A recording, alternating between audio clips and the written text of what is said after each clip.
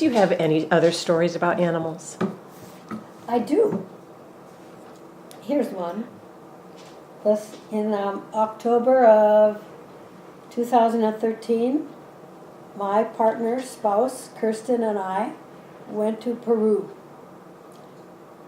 We went south to Machu Picchu, which was a thrill, and we went north to the Amazon River and forest, which to me was an even bigger thrill because there were critters.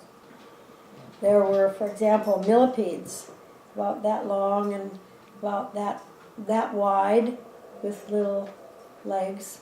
And you could put your hand on the walkway outside of the lodge, and they would just crawl right up your arm and off and go about their business.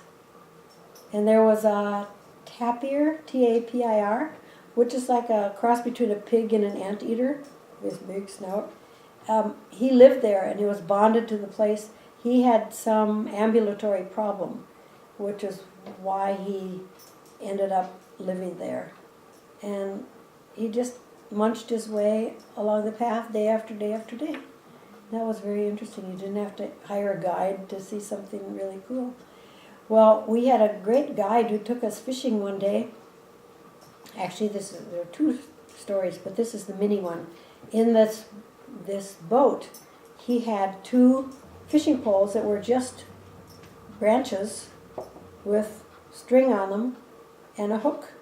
And then he had a container of cut up raw meat, looked like steak. And so we went fishing. And guess what I caught? A piranha.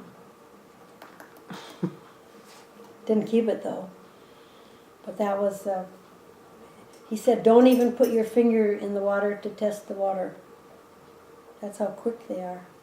So we made our way upriver to a place where we docked and walked to a village where the villagers were expecting us. They got some money from the touring company to do their dances and stuff for us.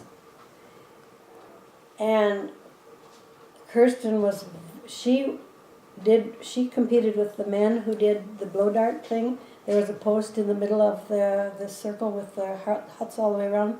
And on the post they had a kind of a rag doll.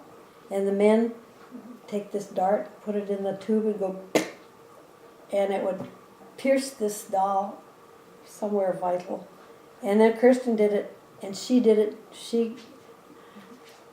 Her dart was well placed. Also, I was so proud. And I was sitting with the women on the benches around the circle, and there was a young mother next to me. The women didn't wear bras. They had some kind of head, necklaces and things. But their boobs were pretty visible, and she had a baby. And she motioned for me to come closer, so I did, and I thought she was going to hand me her baby. And I took this thing, and it was all hairy, wiry hairy. And I looked down there, and I recognized it. It was a three-toed tree sloth. Not an infant, but an adolescent. I just happened to have one on my lap as a little replica. This one has its eyes open. But let me tell you, its eyes were shut, and they looked like just little smudges of mascara. And then two little dots for the nose, and then this funny kind of just a smudge half moon for a smile. This is made by somebody who had never held a three-toed tree sloth in a village in Peru. These are Aztecs, by the way.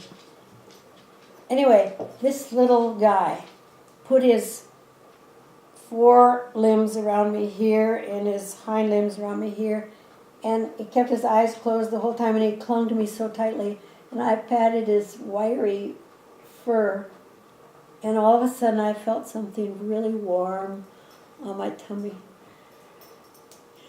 And he peed on my turquoise t-shirt.